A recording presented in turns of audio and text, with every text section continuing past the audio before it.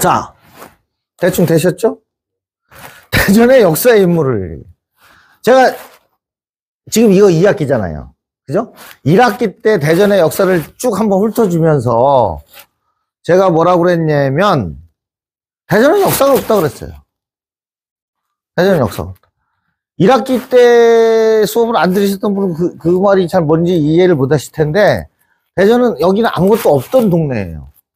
전통적으로 뭐, 신라, 조선, 뭐, 그 고려 이때 도시화돼 있고, 좀 시가화가 돼 있던 동네가 아니고, 그냥 아무것도 없는 벌판이었는데, 1904년도에 경부선이 개통하면서, 경부선 근처에, 경부선이 여기 생겼어. 그래서 역 근처에 요만하게, 이제 사람들이 몰려서 살기 시작하면서, 도시가 100년 동안에 이루어진 거예요. 그러다 보니까 역사가 없어. 그러다 보니까 역사가 없으니까 뭐가 없어? 인물이 없는 거죠. 다만 그 개요만 말씀드릴게요. 제가 그때 그림을 그렇게 한번 그려서 1학기 때 말씀드린 이게 지금 대전시예요. 그러면 조선 초기에는 세 개의 현이 있었어요. 세 개의 현. 현은 부, 목, 군, 현에서 맨 마지막이에요. 그럼 부는 뭐냐면 거의 광역시급의 큰 도시를 부라고 그래요. 목은 그만은 못해도 지방에서 대도시. 그래서 부와 목은 대도시예요. 그 밑으로 가면 군, 현이 있잖아요. 이건 좀 소도시야. 소도시, 촌, 시골. 그래서 대전은 부도, 목도, 군도 없었어. 현이 있었어요. 현. 제일 작은. 지금으로 치면 이제 면사무소 같은 게. 그 두 개가 있었어. 그게 뭐냐면, 여기가 회덕현. 지금 읍내동 있는데 대덕구 회덕. 여기. 그 다음에 여기가 유성 저 밑에 가면 서대전 톨게이트 있는데 진잠. 요 두 개가 있었어요. 그리고 여기 조선 초에는 유성현이라고 있었어요. 유성이. 근데 조선 초까지는 이게 이제 그 주현과 속현이 있어요. 주현, 속현.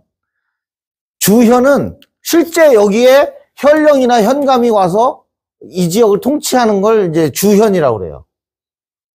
근데 속현은 이름은 현인데 현령이 없어.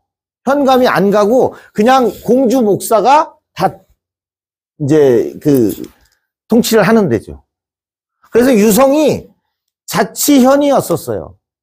주현. 그러다가 조선 초기에 행정구역 개편하면서 유성현이 없어져요. 공주 목에 목사의 직할로 들어가 버려요. 그러면서 남아있는 게 뭐냐면 회덕하고 진잠이에요. 이 두 동네만 여기 그냥 그 향교도 하나 있고 관아도 있고 뭐 이렇게 시장도 조그맣게 열리고 지금 시골 면사무소하고 똑같이 생각하시면 돼요. 그런 행정의 중심 기능을 한 거야. 요 두 군데서만. 그리고 나머지는 뭐야? 그냥 뜨문뜨문 시골 동네가 있는 거죠. 그러다가 이제 이렇게 기찻길이 지나가고 어떻게 이렇게 기찻길이 분기하고 여기 생기고 여기 생기고 대전역 서대전역 그러면서 이 역 근처로 사람들이 몰려들기 시작하면서 시가지가 점점 커지고 이렇게 된 거예요. 그래서 딱 100년 만에 지금 같은 도시가 된 건데 그러다 보니까 대전의 인물이라고 따로는 없어요. 다만 회덕의 인물이 있고 진잠의 인물이 있는 거예요. 그렇게 보셔야 돼요. 근데 이 회덕에 누가 있어요? 그런 얘기 나오잖아요. 조선왕조실록이 엄청난 기록서예요. 전 인류가 만든 그 기록서 중에 가장 뭐 완벽하다고 할 정도로 기록이 정말 대단한데. 근데 실록보다 더 세세한 기록이 뭐냐면 승정원일기라는 건데 승정원일기는 뭐 왕이 밥 먹다 재채기한 것까지 다 기록이 돼 있다는 거예요. 근데 승정원일기는 일부 소실됐어. 임진왜란 때. 근데 실록은 소실될지 모르니까 어떻게 해? 나눠서 보관하잖아. 그래서 묘양산에 하나, 뭐 태백산에 하나 어디다 했는데 두 개는 붙었는데 하나가 살아남았지. 전주인가 어디에다 뒀던 게. 그래서 지금 보존이 되는 거야. 여튼 조선왕조실록이 엄청난 세계문화 기록유산인데 중국이나 일본에도 이런 기록유산은 없는 걸로 제가 알고 있는데 엄청난 기록유산인데 이 왕조실록에 이름이 3,000번 나오는 사람이 한 명 있어. 딱 한 명 있어. 그게 누구예요? 그 사람이 우암 송시열이야. 우암 송시열 선생은 학문이 굉장히 높았던 것도 맞아요. 학문이 대단히 높았던 사람이 맞고, 근데 요새 말로 치면 있잖아요. 뭐야? 꼰대야. 어마어마한 꼰대야. 타협이 안 되는 사람이에요. 그리고, 하여튼, 선조 때 태어났어요. 선조 40년에. 그러니까 무슨 얘기예요? 조선 전기, 중기, 후기 중에 어디란 얘기예요? 중기란 거지. 중기에 태어나서 조선을 이렇게 나눴을 때, 여기가 이제 외란하고 호란이 일어난 거 아니에요? 그죠? 여기에요? 그래서 여기가 이제 한 200년, 여기가 한 300년 되는데, 여기 외란부터 호란 사이가 이제 뭐 한 30년 있는 거고, 선조 때면 이제 한 요때 태어난 거지 뭐, 그죠? 그러니까 이제 후기 사람이라고, 중기 또는 후기 사람이라고 봐야 되는데, 이 양반이 태어나셨을 때가 우리나라가 이제 동당이 이제 본격화되던 시기죠. 선조 때는 동인 서인이 나눠지는 거거든요. 동인 서인. 그러다가 이제 광해군 때 남인 북인이 생기는 거고. 그러다가 인조 때 뭐 그 짜잘한 정파 말고 좀 큰 걸로 치면은 인조 때 이제 인조 좀 지나서죠. 인조 말쯤 돼서 노론소론이 갈리는 거고 뭐 그렇게 되는데 이 양반이 자 우리나라 이제 자 보세요. 요 무렵에 이제 인조가 등극하잖아요. 요때. 그래서 요거 사건을 뭐라 그래요? 인조 반정이라 그러잖아요. 광해군을 몰아내고 신하들이 인조를 갖다 왕으로 세운 거. 이때 이 인조 반정을 도모한 세력이 서인이에요. 서인. 근데 그때 남인이 일부 도와준 건 맞아. 남인 일부하고 서인이 한 건데 서인이 여기서부터 여기까지를 서인이 집권하는 거예요. 제가 듣기로는 세계 역사상 단일 정파가 200년 집권한 건 서인이 유일하다고 제가 그런 얘기도 어디서 들었는데 그 정도로 대단한데 이 서인에서 뭐라고 그래야 되나 이제 최고 이제 영수라고 그러지 영수 서인의 영수 이 할아버지가 이걸 다 만든 거예요 서인을 서인 대장이야. 그래서 대단히 학자이면서 뭐 문인이면서 학문적인 업적도 대단하신데 업적도 대단한데 정치인으로서의 이 색채가 너무 강하죠. 정말 대단한 학자인 건 맞는데 정치인으로서의 색채가 굉장히 강한 거야. 그러니까 쉽게 말해서 삼김 같은 존재였지. 그냥 이렇게 하면 그 밑에서 탁 알아서 하고 그런 존재였죠. 그래서 이제 선조 때 출생을 해서 숙종한테 사약을 받죠. 여기서 여기까지 서인이 집권하는 중에 영조 정조 때는 탕평이라 해서 야 니네 서인만 하지 말고 뭐 남인들도 좀 섞어서 좀씩 쓰고 그랬어요. 그리고 숙종은 환국정치라 해가지고 빌미를 잡아 숙종이 굉장히 노련한 임금이었어요. 저기를 서인을 줬다가 서인을 이제 트집 잡아갖고 싹 몰아내고 남인으로 싹 바꾸고. 그러다가 또 남이 싹 몰아내고 서인으로 다시 바꾸고. 그게 이제 장희빈, 인현왕후 막 이렇게, 이게 뭐 동이 뭐 왔다 갔다 하는 그 얘기가 이거하고 연결이 되는 거예요. 근데 아무튼, 숙종이, 감히 건들 수 없는 사람이었거든요. 이거 뭐, 이 사람을 건드리면, 이 집권 노론이, 서인 노론이 난리가 나는 건데, 숙종이 과감하게 약 먹여. 그래가지고, 정읍에서 사약 먹고 죽죠. 그러니까 그때 당시에 이 문화생들 또는 그 정치적인 동반자들이 이분을 이제 송자라고 그래가지고, 우리나라에서는 유일하게 자자 칭호를 준 분이에요. 공자, 맹자, 뭐, 노자, 장자 할 때 그 자자예요. 송자다. 그리고 실록에 이름이 3000번 드러났거든요. 그만큼 정치적인 입지가 엄청 셌던 사람이에요. 그러니까 지금 여기 뭐, 충청도 뭐, 예를 들어서 뭐, JP. 그보다 훨씬 위지. 그 정치적 영향력이. 막강했던 거야. 그렇다고 뭐, 벼슬 생활을 엄청 오래 한 것도 아닌데 그렇더라고요. 서인인데, 이 양반이, 이제 학맥으로 따지면, 이의 제자가 김장생이라는 분이에요. 여기 연산 사는. 그리고 김장생의 제자가 이 양반이에요. 그리고 이 양반의 제자가 명제 윤중, 논산 노성에 가면 있잖아요. 명제 선생이 이 사람 제자야. 근데 이 명제 선생 아버지하고 이 양반하고 친구였어. 윤선거라는 분이 있어요. 윤선거가 돌아가셨어. 그래가지고 명제가 비문을 써달라고 해요. 비문을. 우리 아버지 돌아가셨는데 비문을 좀 일을 세워야 될 거 아니야. 그걸 좀 써달라고 하는데 이 양반이 이 사람은 의리도 없고 뭐 이렇게 준 거야.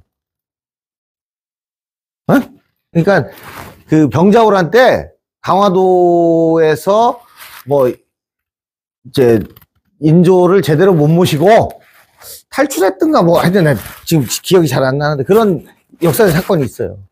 그러니까 이제 이 사람이 그 아들이 비문을 써달라고 자기의 친구이고 자기 제자의 아버지인데 비문을 개떡같이 막 써주는 거야. 이 사람은 의리도 없고 뭐 내세울 것도 없고 뭐 이런 식으로. 그러니까 명제가 아니 선생님 그렇게 하면 안 되죠. 다시 써달라고 했는데 또 그렇게 써서 준 거야. 그래가지고 명제하고 우암하고 완전히 이제 정치적인 간극이 벌어져요. 그러면서 노론과 소론이 나누는 거예요. 그래서 은진송 씨하고 화평윤 씨는 지금도 왼수예요. 젊은 사람들은 모르지만 그 윗대로 가면 지금도 집안에서 결혼 안 시켜요. 그런 게 있어요. 아무튼 그리고 이 양반이 동방 18년이 뭐냐면요, 우리나라 5000년 역사에서 가장 훌륭한 선비 18명을 뽑는 거야.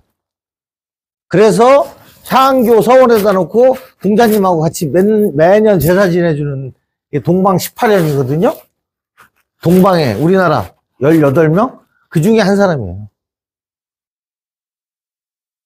근데 이 18명을 뽑는 과정에서 또 막 죽이고 살리고 막 그래요.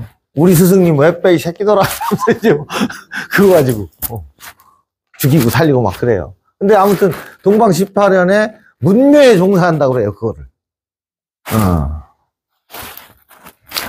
종묘는 역대 왕들 모셔놓은 데고, 문묘는 역대 학자들. 그렇게 생각하시면 돼요. 그래서 효종과 현종을 가리키는 거예요. 주자학의 뭐 대표.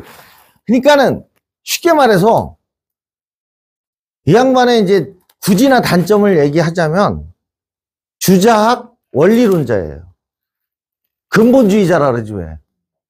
예를 들어서 교회를 다니는데 교회 뭐 성경에 보면 알 수 없는, 우리가 이해할 수 없는 그런 게 있잖아요. 뭐 뱀하고 대화를 했는데 뭐 뱀이 뭘 먹으랬대. 그럼 우리는 그냥 그렇게 듣잖아. 근데 교회 다니는 사람들 중에 일부는 그 말을 100% 믿어.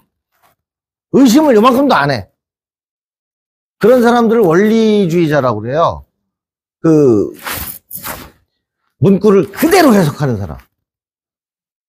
이 양반이 그거야. 누구의 해석을? 주자의 말씀을 요만큼도 의심을 안 하고 맹목적으로 따르는. 그래서 성리학 원리주의자예요. 주자학. 그래서 이 양반하고 정치적으로 대립하다가 죽은 사람들이 많죠. 제일 대표적인 사람이 윤휴라는 사람이 있어요. 백호 윤휴. 들어보셨어요? 그 양반 엄청 훌륭했던 사람이에요.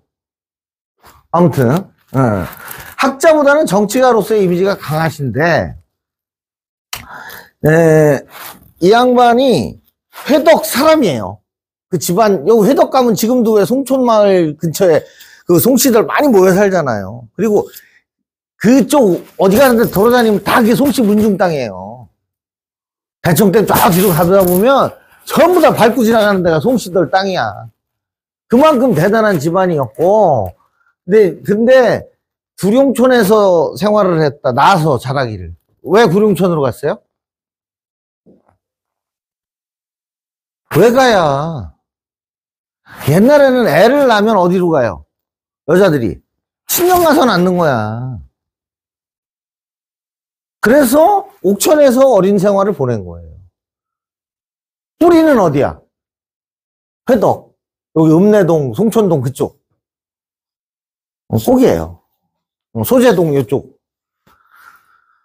그래서 이제 외가에서 생활을 했고, 그 다음에 이제 회덕으로 왔고, 뭐 이분 관련된 사당, 서원, 유적 어마어마하게 많아요. 뭐 여주 가면 대로사라고는 엄청난 그 사당도 있고요. 뭐 화양동 가면 거기도 이분 하여튼 엄청난 사람이에요. 그러니까 대전에서 대전을 가장 대표하는 인물 하면 송시열인 건 맞아요. 무조건 송시열이에요. 그리고 이제 이 18현에 같이 들어갔던 사람이 그 송준길이라고 친구이면서 6촌인가 몇 촌인가 뭐 있어요. 동춘당이라는 분. 그분도 쌍벽. 그리고 그 송규렴이라는 분이 있는데 여기 사이에서 쓰리송이라 그래요. 삼송. 그 삼송이 아주 그냥 그 벼슬도 높게 하고 학문도 대단하게 깊었고 했던 분들이에요. 다 여기 회덕 사람들이에요. 그래서 여기 우암로도 있고 뭐 대전에 우암문화재도 하고 우암에 저기가 제일 잘 보존되어 있는 데가 어디죠? 난간사. 안 가보셨어요? 그 보건대학교 뒤에 거기 가면요 우리가 왜 설날 뭐 이렇게 뉴스 보면 경복궁에 막 한복 입고 다니는 사람들 되게 부러워하잖아요. 아니 서울 살으니까 저런데 거기 부러운 분들은 거기 가세요. 그러니까 왕궁만큼은 못 해놨지만 정자, 누각, 뭐 이렇게 연못 뭐 진짜 잘 해놨어요. 남간정사. 그 보건전문대학 뒤에 그 동아공고에서 이렇게 오는 길하고 이렇게 만나는데 공원화가 굉장히 잘 돼 있어요. 왜? 이분은 대전의 최고 인물이야. 그리고 대전뿐만 아니라 충청도 최고 인물이야 어떻게 보면. 그래서 그 밑에 이 서인에서 노론소론이 아까 나뉜다 그랬잖아요. 그 하여튼 노론 계통에서는 그냥 뭐라고 그래야 되나? 신이야, 사람이 아니라. 그런 분이에요. 대전에서는 뭐 이분하고 누가 두 번째 달을 논할 수가 없는 거예요. 그런데 한계가 뭐냐면 일단 말씀드렸듯이 학문도 높고 했지만 학자로서보다는 뭘로? 정치인으로 많이 기억되고 있다는 것이고 또 중요한 건 뭐 국가와 백성과 민족과 이게 아니라 뭐였다는 거야? 자기네 당파를 우선했다는 거죠. 그런 면에서 이제 호, 불호가 엇갈리는 인물이에요. 대전을 대표하는 인물인 건 맞아요. 누가 감히 이분한테 그럼 나는 하고 견줄 사람이 없어요. 그건 맞는데 역사적으로 호, 불호가 엇갈린다는 거죠. 가령 소론 쪽에서는요, 어떻게 생각하겠어요? 허평윤 씨 집안에서는 그런 게 있는 거예요. 쉬었다 하실게요.